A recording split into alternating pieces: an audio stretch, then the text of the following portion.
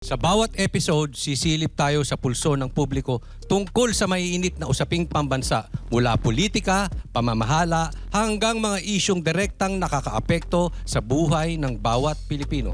Layunin ng Vox Populi na maging tulay ng tunay na boses ng bayan. Isang lugar kung saan ang bawat Pilipino ay may espasyo para magsalita, magtanong at makialam. At ngayong gabi kami po ang inyong host. Ako po si Jay Guevara. Ako naman po si paring RJ. Ako naman si Master Judea. At ako naman po si Banat Bay. Boss Dada at your service. Ako po si Coach Oli. Ano at your service? At siyempre, Sergio Argo na uy! Uy! May kamukha ako ngayon. Uy! Fake Kamukha. news yan. Kamukha. Fake news yan. Pero hindi ka tunog. Kamukha lang. Guess natin, guess natin. Isa lang. Kamukha, pero hindi makatunog. Tariela. Yun lang. Mamaya, kalma ka lang. Pakilala mo na kung sino yan. Kaya tara na makisali, makisa at makibahagi sa talakayang nagbibigay liwanag sa ating mga pananaw. Ipakita ang inyong opinyon, magtanong at maging bahagi ng pambansang diskurso. Ito ang Vox Populi, ang boses ng bayan. At live tayo ngayon. Live tayo ngayon. So, share nyo na. Ngayon lang mangyayari ito, mga bossing. I-share nyo na. Ngayon lang mangyayari ito. Kakasaya, no? Baka hindi Explain na natin maulit bakit ito. tayo live. Baka huling-huli na ito. Baka naman. Dalawa ang kasama natin ngayon. Isang napakalupit na political strategist. Oo. Ito, napakalalim ng experience sa politika. Panahon pa ni Marcos to, ha? Oo, Marcos Sr. to. Ano Naabot to? ano to? Best friend to ni Ninoy Aquino, ha? Best friend. Totoo yan. Oo, so marami na tong napagsilbihan na na mga administrasyon. At syempre, yung kamukha mo. Ayan na. Ayan na. Pakilala mo yan. Kasama Sino natin. yan? Ang Kung ano talaga pakilala mo? naman, ang legit original na banateros talaga ito. Kasama natin ngayon si Senator Robin Hood Padilla, Vice President. Sorry. At syempre ang ating Ako pa. idol na si Lito Banayo, mainit na political analyst ito. Magandang gabi sa inyong lahat. Dalawa ang kasama natin. Matindi ito. Palagay ko 3 araw to dire-diretso. Itong Alam Hanggang Ready zona, ba kayo? hanggang zona na to. Hanggang zona na to. Wala na nagawa. Wala nang tulugan Nakalala to. yung kama nun, no? Oo. Ano na yung kama nun, no? Banat Bay, baka meron kang gusto. Siyempre, pakilala muna natin, Sir Lito. Mag-hi muna sila. Oo, Ayan. mag-hi muna Gabi kayo sa sa inyo. ating mga at ang inyong Mga konting banateros. background lang po. Konting background. Ano lang, ito, semi-retired na na dumaan sa maraming presidential campaigns. Yun lang. Kingmaker, Humble, ha? Kingmaker. Humble. Narinig ko yan yung Kingmaker na yan Oo, narinig ko yan dito sa ating katabi, sa aking katabi. Si Senator Robin Hood Padilla. Ano, Vice? Ay, Assalamualaikum po. Kalma. Assalamualaikum. Peace be with you. Ako po ay nananatiling masugid na supporter ni Pangulong Rodrigo Roa Duterte at siyempre po, tagahanga ni Pastor Apollo Kibuloy. Mainit siya. Baka may magalit siya sa sinabi nyo. Sasabihin na, hindi nyo man lang siya pinagtatanggol. Pero, Simulan na natin doon. Sige. Konting na lang. Total, kasi hindi natin nakitaan ng reaction si Senator Robin. Alam naman natin, magino itong ating idol na yan. ito. Pero hindi bastos yan, ha? Hindi, basto. Bastos Magino yan, lang. Hindi, bastos din. Minsan. Sasabihin ko pala yung punchline, eh. Oh, sorry. Pero ito, ano po mga reaction nyo patungkol doon sa post ng inyong kasamahan sa industriya? Na si Angel Locsin. Angel Locsin, kaibigan ko yan. Ang katotohanan sa aming dalawang mag-asawa noong, hindi si Angel yung asawa ko, si Mariel, nung nabalitaan namin yon, isa lang yung sinabi naming dalawa. Baka may pinagdadaanan si Angel, kami naman wala. So, siguro, intindihin na lang namin. Wag na kaming sumagot, wag na kaming magsalita. Kung gusto niya kaming makausap, bukas naman yung linya. pero Sen, matindi yung kanyang binitawan. Di ba? Na sinasabi niya, nakasama niya kayo. At kayo naman, aminado kayo na there was a time na naging NPA kayo. Komunista. Oo, Yun yung eksaktong sinabi niya. nagbunto kayo. So, doon kasama nyo ba siya? ay kasama niyo siya doon sa bundok? Mabigat yan. Hindi. Ano yan, ang istorya kasi niyan, noong 1995, winanted ako ng gobyerno, kung naalala po ninyo. Biglang lumabas yung warrant of arrest. Siyempre, bata po ako noon, hindi ko maintindihan kung bakit ako may warrant of arrest. Tumakbo ako ng Bicol, ng Camarines Norte. Hinabol pa ako hanggang doon. May mga dumating na CIDG doon. So parang pakiramdam ko, serious yata itong mga ito na kulong ako. Wala akong choice. Umakyat ako sa bundok. Nung umakyat ako sa bundok, siyempre ang nadatnang ko doon, yung mga NPA. Yung mga NPA naman, na inasikaso naman ako. Pati yung masa. Kasi dati, nung sila'y malakas pa, masa ang aabutan mo sa bundok. Nung dumating ako, sabi nila, doktrinahan ka namin. O di dinoktrinahan naman nila ako, 1 buwan. Pero nung nakita ko na sabi ko sa sarili ko, bakit parang hinihingan pa natin yung mahihirap? Kasi yung mga, napansin ko doon sa mga ba, may hinihiwalay hinihiwalay yung para doon sa NPA. Sabi ko, parang hindi yata tama yun. Alam mo kasi ako, observer ako Pagka ganun, teka muna. Yung pinaglalaban natin, hihingan pa natin ng revolutionary tax sa pamamagitan niyan, uwi na lang ako. Yun ang nasa isip ko. Bumaba na ako. Pero dala ko yung Yung idea. Yung idea. Kasi bata pa lang ako, lumaki na ako na sosyalista. Ang tatay ko, labor leader Ang tatay ko, si Roy Padilla Sr., siya yung presidente ng National Mines and Allied Workers Union. Mga minahan yun, mga workers. Socialist na kami. Lumaki na kami bilang sosyalista sa bahay pa lang namin. So, hindi mahirap sa akin tanggapin yung communism. Actually, para sa akin, kung magaganap talaga yan at magiging makatotohanan yan, na pantay-pantay tayo at walang mayaman, walang mahirap, maganda yan. Pero impossible yan. Tanggap ko na yun. Tsaka yung sinasabi pa nila na yung kaalaman ko daw dyan, maliit. Hindi po. Sa Cuba pa ako nag-aral. Nagpunta pa ako dun. Hindi po yan mismo. Nilalabas pa nila yung mga picture namin ni Joma. Nagpunta din ako sa Utrecht noong mga panahon na yan. Pinag-aralan ko talaga, pero hindi yung armado.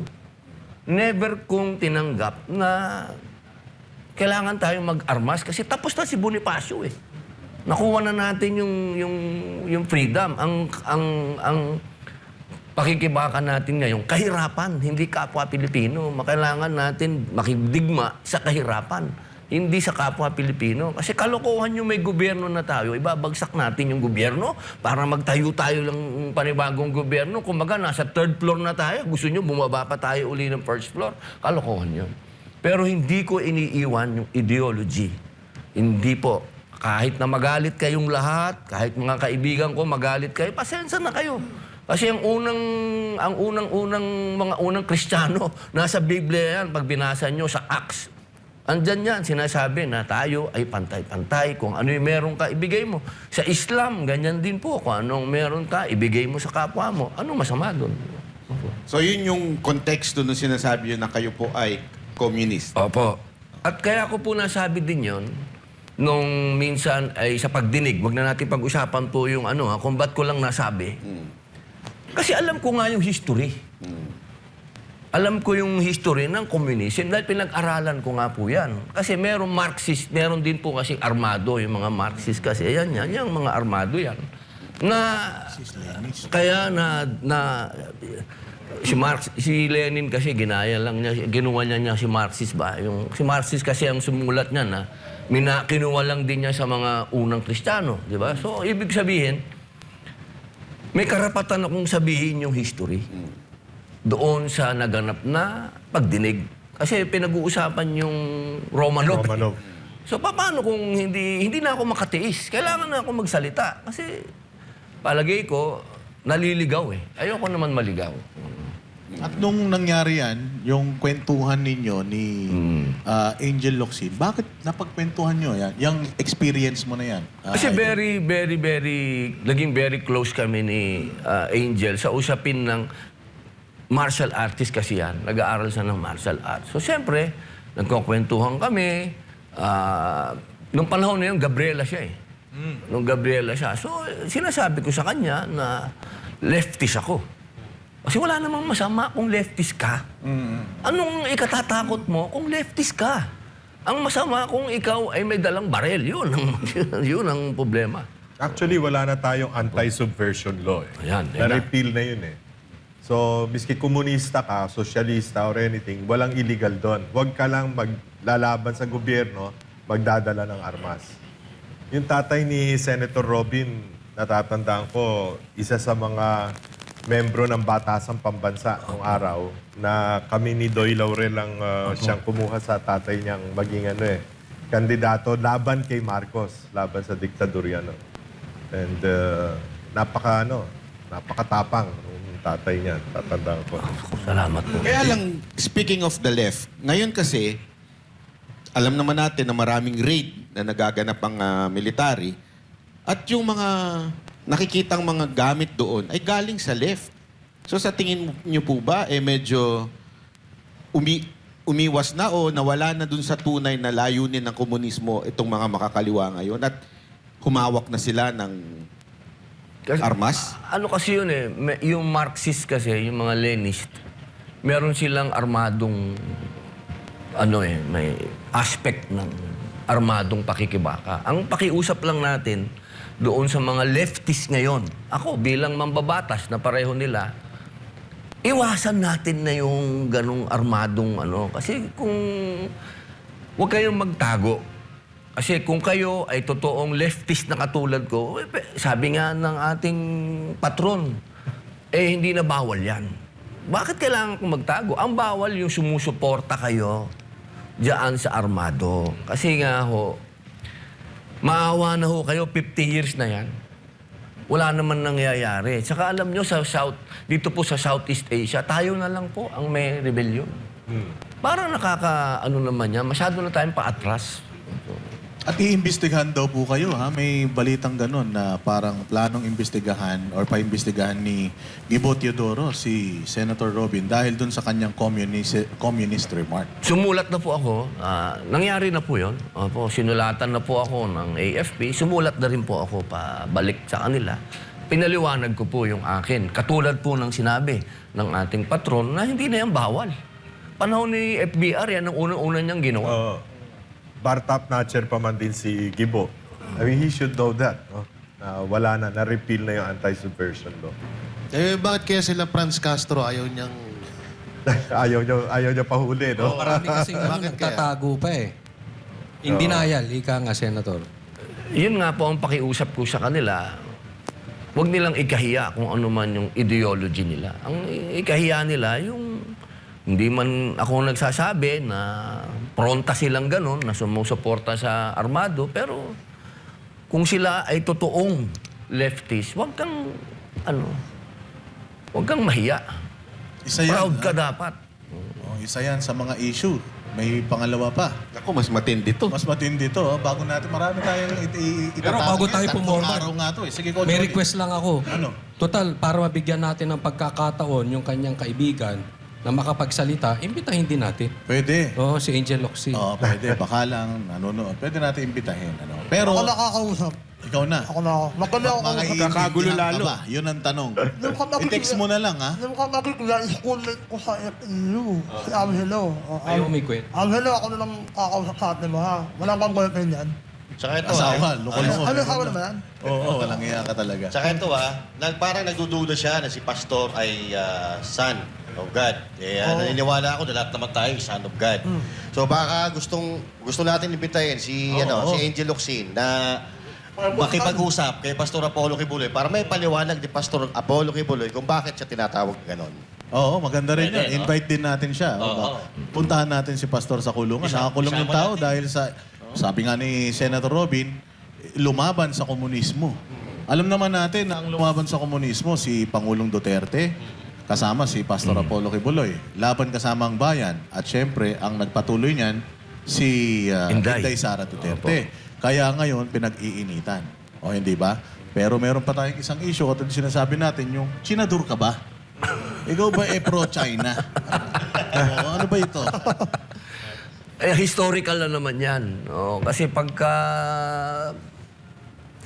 tayo'y nakinig lang sa mga balita ngayon, malulungkot tayo kasi parang hindi tayo bumabalik sa mga napag-usapan na ng gobyerno noon pa. Kasi tayo, sumusuporta tayo sa One China policy. Panahon pa yan ng matandang Ferdinand Marcos Sr. Pati ang Amerika, ano dyan sa One China policy. So, ibig sabihin, yung mga alituntunin ng China, hindi dapat tayo parang siga din tayo, ganon. No? Hindi dapat. Laging ang policy natin, kaibigan nating lahat. Ang linaw naman sa konstitusyon yan, kaibigan natin lahat. Oh. Ngayon, halimbawa, meron tayong mga opisyal sa gobyerno na lumalabas doon. Naka-uniforme pa, di ba? Magsasalita ng kung ano-ano. Gagawa ka pa ng karikature. Na yung karikature, ginagawa yan, wartime propaganda yan. Hindi naman ginagawa yan sa peaceful na panahon. Bakit ka gagawa ng karikature tapos pag ginantihan ka, magagalit ka? Yun ang problema Titira ka, pag tinira ka pabalik, iiyak ka. Hindi naman pwede yun. Saka ilang beses ko nang sinabi, bakit ba tayo pumapayag na binobomba ka ng tubig, hindi ka lumalaban? Naanin natin yung bomba natin ng tubig. Siguro naman, mas masakit pa yung ginawa sa atin, ng ginantihan. Tayo ginantihan. Tumira tayo ng karikature, tinira tayo ng pabalik, nagalit tayo. Natural, magagalit tayo. Pero nung nakausap ko yung isang Chinese, kasi nagalit ako pare. Sabi ko, ba't ganyan?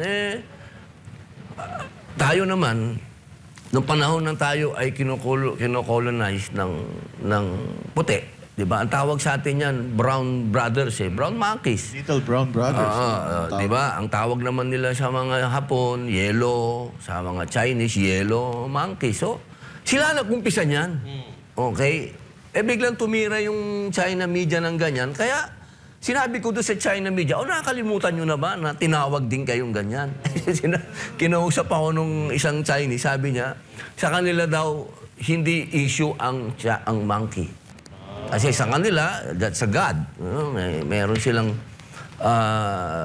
para sa kanila, matalino yun. Meron nga yan sa kanilang, Yung zodiac nila. zodiac nila. So, 12 animals, kasama monkey. sabi nga sa mas may insulto. Nagalit ka doon, ha? Nagalit ka doon. Tinawag tayong... Oo, na parang siyempre. ano.